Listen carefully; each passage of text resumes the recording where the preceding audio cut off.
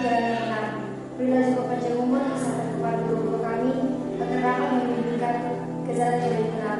Hanya doa kami Tuhan, terima doa kami ini melalui anak Yesus Kristus Tuhan kami. Amin. Amin. Dalam nama Bapa dan Putra dan Roh Kudus. Amin. Terima kasih buat Simora. Sekarang kita absensi dulu kehadiran kita. Absensi dulu kehadiran. Aminati, Esther, Citra, Jimmy, Liwina, Alicia,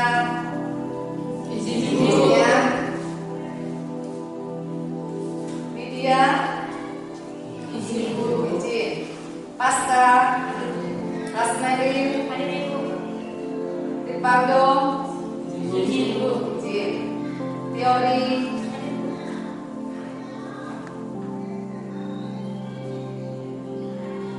Chelsea, Wahyu. Oke, terima kasih buat kehadirannya hari ini. Berarti ada 3 orang tidak hadir.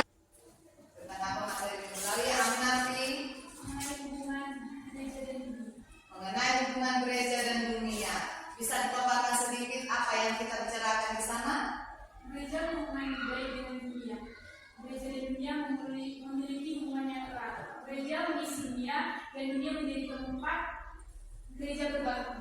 Begitu juga gereja menjadi garam dan terang dunia. Oke, terima kasih buat yang mengerti. Nah, sekarang apa makna hubungan gereja dan dunia? Siapa yang bisa menanggapi? Hubungan gereja, makna antara hubungan gereja dan dunia. Silakan, teori. Ya, Jasi. Jadi makna hubungan gereja dengan dunia itu gereja bisa menawarkan yang lebih baik ke Injil dan juga dapat mengembangkan kebudayaannya, alat pikiran, alat istiadat, teknologi dan ilmu pengetahuan sehingga gereja bisa lebih efektif dalam mencapai tujuannya di dunia. Iya, terima kasih. Ada yang mau nambahkan? Iya. Makna hubungan gereja dengan dunia ialah sangat berhubungan erat, karena dunia merupakan tempat gereja untuk memberitakan Injil. Iya. Ada lagi yang mau menambahkan? Silakan, Jimmy. Hubungan gereja itu pertama kita tidak dapat pisahkan. Kedua, gereja melakukan hubungan baik antara rekan hidupnya. Iya. Oke ya, cukup ya. Nah, jadi semua yang disampaikan itu bagus semua, benar. Jadi hubungan antara gereja dan dunia itu mengandung makna yang begitu mendalam, di mana gereja dan dunia ini memang benar-benar tidak bisa dipisahkan. Mereka harus menjalin hubungan yang baik sehingga terciptalah kedamaian baik di dalam gereja maupun di dalam dunia. Sampai di situ boleh dipahami? Iya, jadi boleh kita ambil inti dari motivasi itu, artinya motivasi ini supaya kita semakin terdorong, supaya kita semakin mampu untuk memahami hubungan gereja dan dunia. Jadi kita harus termotivasi untuk ambil bagian dalam hubungan tersebut. Jadi boleh kita ambil inti dari sana, artinya kita tidak perlu takut. Ya, kita tidak perlu takut menghadapi, menjalani kehidupan kita di dunia ini meskipun berbagai tantangan yang harus kita lalui. Karena tantangan itu merupakan ujian sebagai untuk menguji sejauh mana, sekuat mana, seteguh mana iman kita kepada Tuhan. Jadi semoga motivasi ini membantu kita, mengajak kita atau menguatkan kita untuk menjalani hari-hari kita, terlebih sebagai anak kami sebagai anak raja. Jadi terima kasih, itulah motivasi untuk kita hari ini. Hari ini yang kita bacakan ini kami boleh untuk masa depan. Sekarang kita melihat apa yang menjadi tujuan dari pembelajaran kita hari ini. Jadi tujuan pembelajaran kita hari ini, peserta didik mampu memahami hubungan gereja dan dunia, sehingga pada akhirnya dapat mengambil bagian dan merefleksikannya dalam kehidupan sehari-hari di dalam Jadi di awal tadi sudah kita singgung secara spontan tujuan pembelajaran ini, artinya bahwa kita juga harus pertama memahami. Dengan memahami apa mau kita pelajari hari ini, kita akan melibatkan diri dalam gereja maupun dunia. Sampai di situ jelas? Kalau ada pertanyaan boleh ditanya ya. Sampai sejauh ini. Pendalaman materi, pembelajaran hubungan gereja dan dunia. Nah, kalau minggu lalu kita sudah membahas tentang pandangan gereja tentang dunia setelah Konsili Vatikan II, di sini diulas kembali, tetapi diikutsertakan sebelum Konsili Vatikan II. Jadi singkatnya, sebelum Konsili Vatikan II itu dunia itu dipandang sebagai tempat penuh dengan dosa, penuh dengan kejahatan. Kemudian lahirlah Konsili Vatikan II, muncul pandangan setelah Konsili Vatikan II bahwa dunia itu tidak lagi dipandang sebagai negatif, tetapi dunia itu dilihat sebagai seluruh keluarga, menjadi kekeluargaan, persaudaraan dengan segala yang ada di sekeliling. Sekarang kita lihat kembali apa yang diajarkan gereja tentang manusia. Jadi untuk materi hari ini, inilah fokus kepada inilah kita. Apa yang diajarkan gereja tentang manusia. Di sana mungkin boleh kita melihat sejenak apa tulisan di sana atau apa kalimat dan apa juga gambar itu yang kita lihat di sana. Selain yang kita lihat di sana, mungkin ada selain itu yang ada di benak kita. Mari anak-anak ibu silakan menyampaikan hasil pengamatan.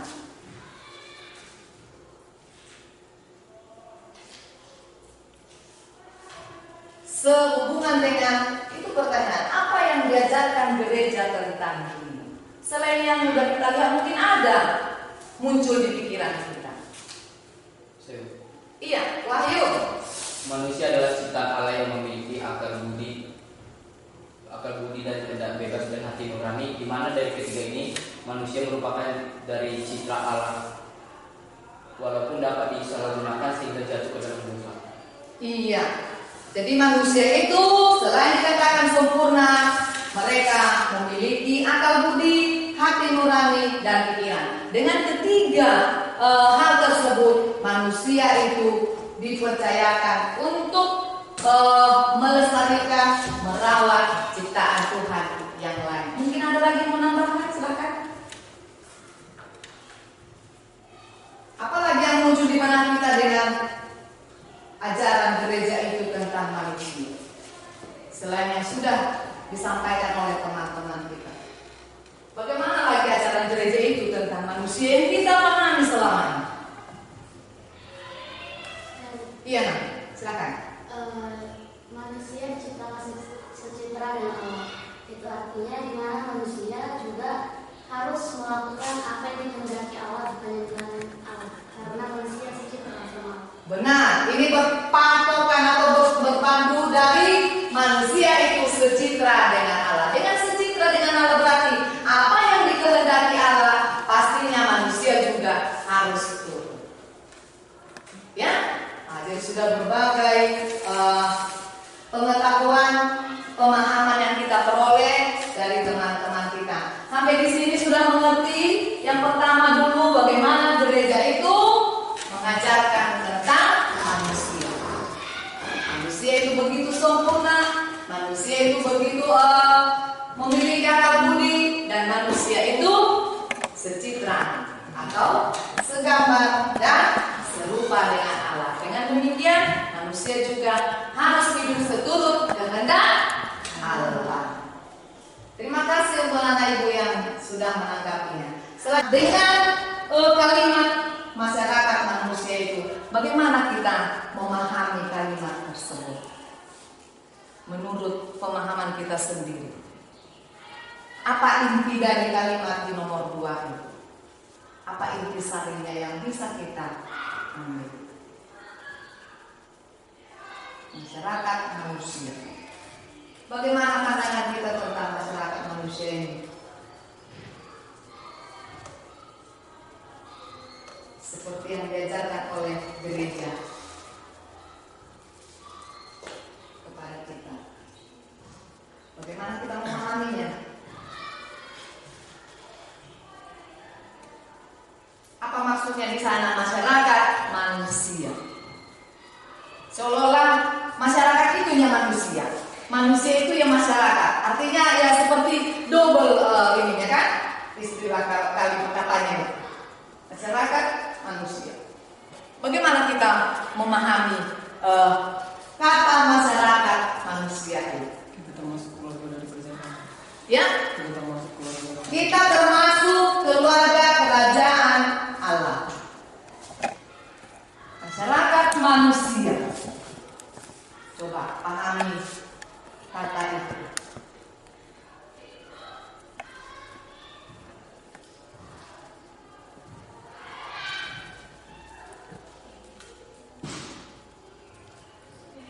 Ayo, ya, Rina. Menurut saya dalam kalimat tersebut berarti Tuhan Allah melihat bahwa seluruh manusia itu sama, sehingga kita sesama manusia harus memperlakukan sama kita seperti keluarga kita sendiri. Iya. Kita sama di hadapan Allah. Apabila kita sudah sama di hadapan Allah, artinya kita sudah seperti sekeluarga, seperti bersaudara. Oke, bagaimana menurut Siang nanti? Sebagai sesama manusia kita harus memiliki jiwa persaudaraan. Yang memiliki jiwa persaudaraan. Di samping yang lain, bagaimana maksudnya itu jiwa persaudaraan? Teori. Maksudnya ialah kita sebagai sesama manusia harus memperlakukan sesama kita seperti diri kita sendiri. Iya, jadi cintailah orang lain seperti mencintai dirimu sendiri. Jadi kita perlakukan juga orang lain itu seperti diri kita sendiri. Mengapa? Karena kita sama-sama punya martabat, kita sama-sama sejitra, kita sama-sama gambarnya Allah, kita juga rupa Allah. Jadi artinya mari kita perlakukan juga orang lain seperti diri kita sendiri. Boleh kita sejenak juga mengamati peran gereja dalam masyarakat. Disinilah lebih nyata, ya. Jadi tidak hanya omongan saja rupanya bahwa gereja itu peduli terhadap dunia. Dapat ditunjukkan melalui beberapa gambar bahwa gereja itu benar-benar peduli, tidak hanya dari lisan, tetapi ada wujud nyata.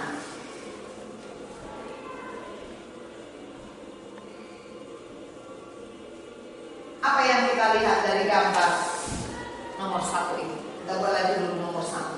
Silahkan. Apalah gambar nomor 1 ini? Spontan aja. Yuk. Iya, memberikan sesuatu. Seorang suster Gelawati memberikan sesuatu yang pastinya yang diberikannya itu sangat bermanfaat bagi si bapak, ya kan? Jadi nyata ya, nyata, benar-benar real tindakan itu. Melalui rombongan inilah gereja itu menjalankan misi Kristus. Gambar kedua apa anakku? Katakan saja apa yang kamu lihat dengan gambar tersebut.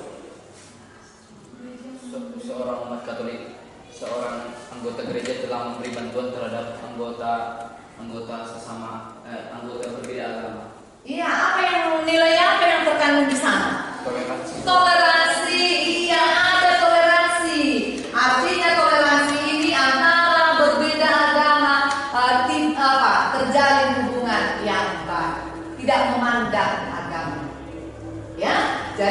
memberikan bantuan itu tidak memandang siapa dia, agama apa, dan bagaimana golongannya. Tidak, yang namanya bantuan siapapun dia, kalau dia berhak menerima bantuan, mari kita bantu. Iya, itu juga wujud nyata. Bagaimana gambar yang ketiga? 31.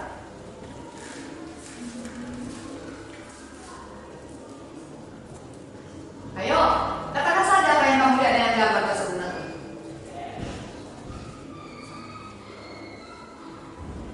Apa itu? Gak bisa dikasih mau kan? Hah? Jimmy, gambar ketiga itu apa Jimmy? Gambar yang ketiga itu kita lihat bahwa seseorang memberi sosialisasi kebutuhan kepada umat agama lain. Ya, di sana juga kelihatan banyak masyarakat sedang menerima bantuan lukisan. Iya. Kita lanjut gambar yang keempat. Apa yang kita lihat dengan gambar yang keempat? Teori. Iya. Seorang pastor sedang memberikan bantuan terhadap seorang muslim. Uskup. Oh, itu uskup ya. Saya ini kan luruskan. Kalau ada itunya seperti yang itu, topi juga bukan dikatakan topi itu, ya. Itu yang menggambarkan itu hanya uskup yang menggunakan seperti itu ya. Nah, jadi seorang uskup juga memberikan bantuan kepada masyarakat, ya.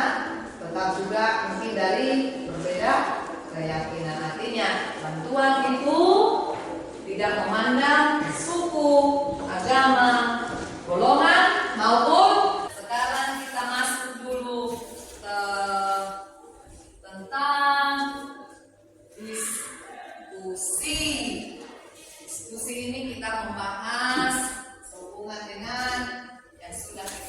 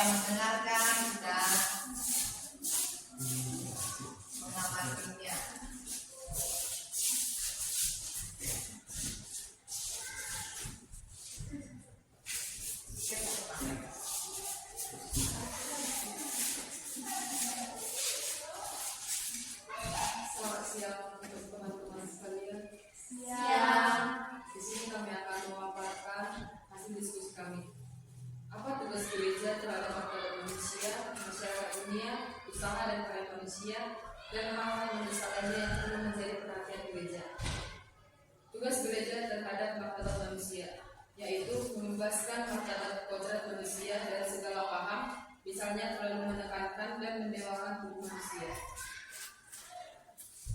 Tugas gereja terhadap masyarakat manusia yaitu mendorong semua usaha persatuan, sosialisasi dan persekutuan yang sehat di bidang kewargaan dan ekonomi. Usaha dan karya manusia. Gereja akan tetap meyakinkan putra-putrinya dan dunia bahwa semua usaha manusia, betapapun kecilnya, bila sesuai dengan kehendak Tuhan, mempunyai nilai yang sangat tinggi karena merupakan sumbangan pada pelaksanaan rencana Tuhan. Hal-hal yang mendesak lainnya yang perlu diperhatikan dalam gereja, misalnya kehidupan berkeluarga, mengembangkan kemajuan kebudayaan, kehidupan sosial dan politik, dan yang terakhir perdamaian dan persatuan masyarakat. Sekian yang dapat kami sampaikan. Jika ada yang bertanya dan memberi kesimpulan, Bagaimana peran gereja dalam usaha dan karya manusia? Sumbangan pada pelaksanaan rencana Tuhan. hal-hal yang mendesak lainnya yang perlu diperhatikan dalam gereja, misalnya kehidupan berkeluarga, mengembangkan kemajuan kebudayaan, kehidupan sosial dan politik, dan yang terakhir perdamaian dan persatuan masyarakat. Sekian yang dapat kami sampaikan. Jika ada yang bertanya dan memberi kesimpulan, kami silakan. Silakan kelompok yang lain menanggapinya.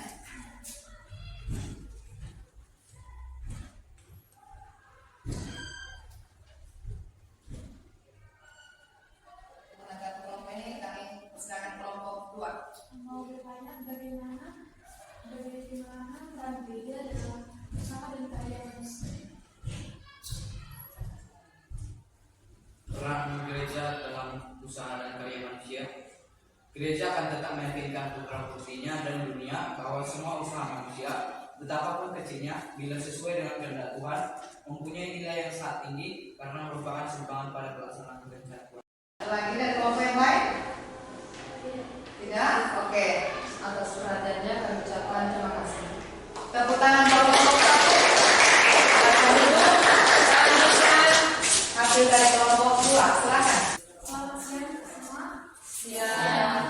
Kami dari kelompok 2 ingin memaparkan sedikit hasil diskusi kami mengenai tugas gereja terhadap martabat manusia, masyarakat dunia, usaha dan karya manusia dan hal-hal mendesak lainnya yang perlu menjadi perhatian gereja. Yang pertama, tugas gereja terhadap martabat manusia. Manusia sebagai ciptaan Allah yang paling istimewa yang memiliki akal budi, pikiran dan hati nurani harus selalu berdampingan dengan gereja agar tidak jatuh ke dalam dosa. Dua, masyarakat dunia, gereja berperan untuk pertama, membangkitkan karya-karya yang melayani semua orang bersama orang-orang yang membutuhkan bantuan. Dua, karena untuk solidaritasnya gereja dapat menjadi perantara yang baik dalam mendamaikan dunia. Ketiga, usaha dan karya manusia. Gereja tetap meyakinkan putra-putrinya dan dunia bahwa semua usaha manusia bila sesuai dengan kehendak Tuhan mempunyai nilai yang sangat tinggi. Yang kedua, gereja tetap bersikap positif dan mendorong setiap kemajuan dunia dan teknik di dunia. Tugas gereja terhadap hal-hal mendesak lainnya yang perlu menjadi perhatian gereja juga berperan untuk menjaga serta melestarikan dunia agar tetap terjaga dan baik. Sekian dari kami. Jika ada pertanyaan dari kelompok kami ialah apa saja usaha yang dapat dilakukan oleh umat manusia dalam mengembangkan gereja. Usaha dari manusia untuk mengembangkan gereja. Usaha yang dapat dilakukan manusia dalam mengembangkan gereja yaitu ikut dalam organisasi gereja dan melaksanakan tugas-tugas yang diberikan gereja kepada kita sebagai manusia. Bagaimana kelompok 3?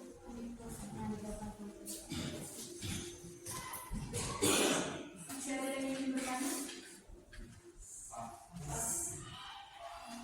Iya, hasil kelompok kami. Kita lihat kelompok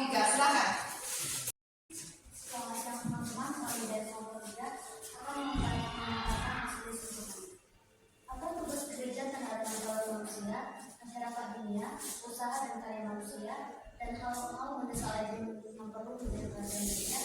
Dalam masyarakat manusia, gereja memandang manusia sebagai citra Allah, di mana dalam hal ini gereja bertugas untuk memberikan pengajaran yang turut dan kuasa Allah dan memberikan kebebasan terhadap seluruh umat manusia. Tugas gereja terhadap masyarakat dunia ialah gereja memandang manusia sebagai suatu keluarga. Artinya manusia harus memperlakukan sesamanya seperti dirinya sendiri, karena gereja mengajarkan dan menumbuhkan rasa persaudaraan dalam masyarakat. Usaha daripada manusia, yaitu gereja memandang manusia sebagai rekan kerja Allah. Artinya gereja mengajarkan manusia untuk senantiasa berkarya dalam gereja, salah satunya sebagai tugas pelayanan dalam gereja. Dan hal-hal lain yang perlu menjadi perhatian gereja yang pertama, bencana alam, kedua kemiskinan, ketiga penyakit, dan lain-lain. Sekian dari kelompok kami. Jika ada pertanyaan maupun silakan dari kelompok 1. Ingin bertanya kepada kelompok 3, dalam usaha dan karya manusia, saya ingin bertanya sebagai kita siswa-siswi, sebagai pelajar, bagaimana contoh salah satu pelayanan kita terhadap gereja?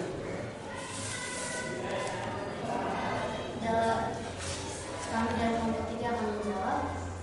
Salah satu yang dapat kita lakukan sebagai pelajar yang pertama, dapat ikut serta dalam pelayanan di gereja, misalnya sebagai pemazmur, dan dalam sekolah kita juga dapat membawakan ibadah seperti yang dilakukan.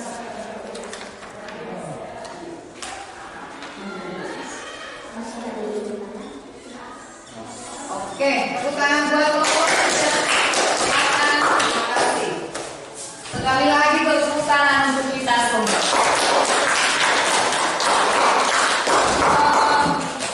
Kita sudah mendengarkan hasil kelompok kita. Antar kelompok semuanya bagus. Nah, untuk supaya kita sependapat semua satu pemikiran dari berbagai hasil kelompok kita, mari salah satu dari anak ini kami menyampaikan rangkuman dari hasil kelompok kita hari ini. Silakan. Iya, Pasca. Rangkuman dari pembelajaran kita hari ini Boleh adalah beri saya. rangkuman dari keseluruhan pembelajaran kita hari ini adalah yang pertama, tugas gereja terhadap martabat, yaitu membebaskan kodrat manusia dari segala paham, misalnya terlalu menekankan dan mendewakan tubuh manusia atau sebaliknya. Yang kedua, usaha dan karya manusia, yaitu gereja akan tetap meyakinkan putra dan putrinya dan dunia bahwa semua usaha manusia bila sesuai dengan kehendak Tuhan akan mempunyai nilai yang sangat tinggi. Yang ketiga, masyarakat manusia. Gereja memandang manusia sebagai satu keluarga, dan hal-hal yang perlu diperhati, yang menjadi perhatian gereja adalah yang pertama bencana alam, yang kedua peperangan, yang ketiga kemiskinan. Terima kasih kelompok. Terima kasih teman. Terima kasih Pasca yang sudah merangkum semua hasil diskusi kita. Sekarang dari seluruh materi kita dari awal perlu juga kita menyimpulkan. Untuk itu kami persilakan dari anak ini. Silakan. Citra. Gereja dan dunia memiliki hubungan yang erat dengan gereja sebagai garam dan terang dunia serta ragi bagi dunia, dan dunia menjadi ladang bagi serta dunia sebagai ladang gereja berbakti. Dengan gereja dan dunia merupakan realisasi yang sama, serta gereja sebagai sakramen keselamatan bagi dunia. Gereja juga mengatakan dan memberikan kesaksian tentang kabar gembira kepada dunia dan yang saling menguntungkan dan memiliki pandangan yang saling memahami. Gereja juga mengajarkan bahwa manusia bersejahtera dengan Allah dan untuk saling mengasihi kepada sesama dalam bentuk kekeluargaan, dan manusia sebagai rekan kerja Allah yang dimana manusia bertindak dalam melakukan perdamaian pada dunia. Juga sebagai mitra berdialog, dan gereja menghormati otonomi pada dunia, dan gereja juga mendorong perkembangan perkembangan iptek yang ada di dunia. Dari keseluruhan materi kita hari ini, kita harus pertama dulu kita sebagai umat Allah yang sudah memperoleh pembaptisan, sebagai umat Allah sekaligus masyarakat dunia, kita dituntut untuk mengambil bagian dalam tugas perutusan Kristus di dunia ini. Pertama, menyampaikan kabar baik kepada semua orang. Yang kedua, kita sebagai citranya Allah harus turut melakukan apa yang dikehendaki oleh Allah demi kebahagiaan kita di dunia ini. Yang ketiga, kita dipercayakan untuk melanjutkan karya misi perutusan tersebut. Kita sebagai rekannya Allah, kita sebagai partnernya, kita sebagai perpanjangan tangannya untuk melestarikan, menjaga, merawat seluruh hasil ciptaan Tuhan.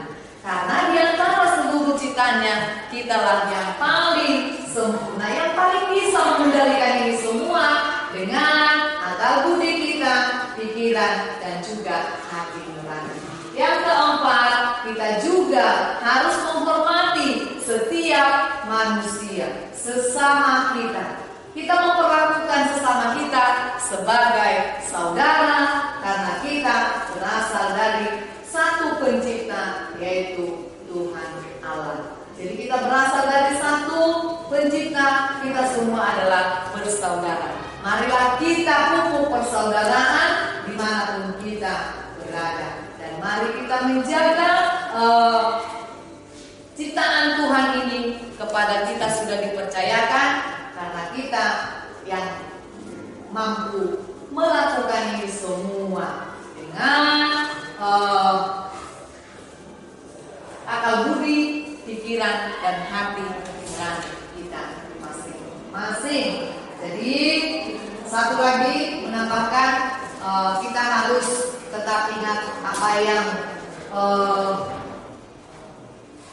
memotivasi kita hari ini dari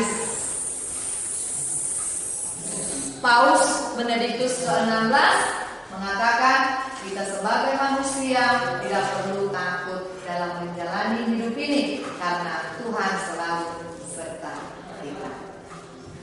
Amin. Oke, itulah kesimpulan pelajaran kita hari ini. Sekarang Ibu mau membagikan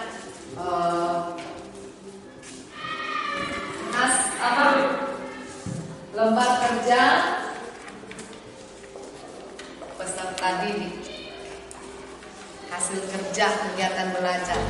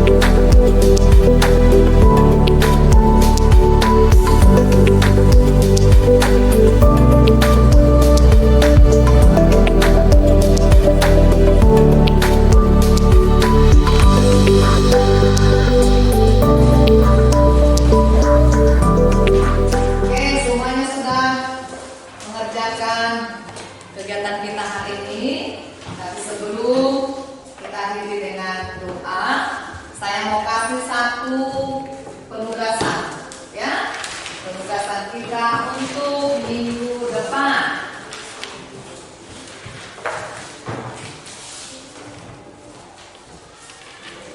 sebagai tugasnya di rumah,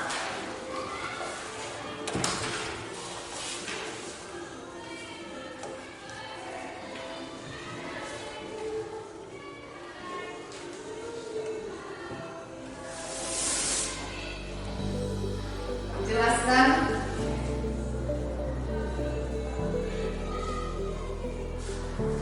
apa saja kegembiraan dan harapan masyarakat dunia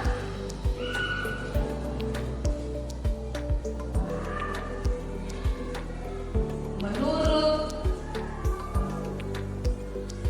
Gaudium et Spes dalam kurung GS huruf besar depan. Oke, itulah tugasnya di rumah untuk kita periksa minggu depan. Ya, jadi sebelum masuk ke doa penutup, ada yang mau disampaikan atau sudah cukup paham atau sudah mengerti dalam pembelajaran kita hari ini? Sudah pas? Sudah pas? Terima kasih buat anak-anak ibu yang turut serta dalam pembelajaran hari ini. Kita bertemu minggu depan. Sebelum kita pulang, marilah kita dipimpin doa oleh salah seorang anak ibu. Silakan, ya, ke depan.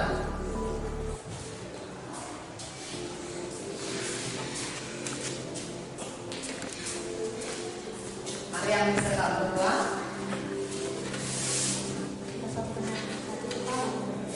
Dalam nama Bapa dan Putra dan Roh Kudus. Amin. Puji dan syukur pada kehadiran Bapa beserta kami yang dapat menyelesaikan pembelajaran kami. Kiranya pembelajaran yang kami terima dapat kami ingat dan kami laksanakan di kehidupan kami selanjutnya. Bapa, sekarang kami ingin pulang, kata kami di perjalanan agar sampai ke makan masing-masing dengan selamat. Terpuji termulia namamu, kini esok sampai sepanjang segala masa. Amin. Amin. Dalam nama Bapa dan Putra dan Roh Kudus. Amin. Terima kasih. Selamat belajar di rumah, ya.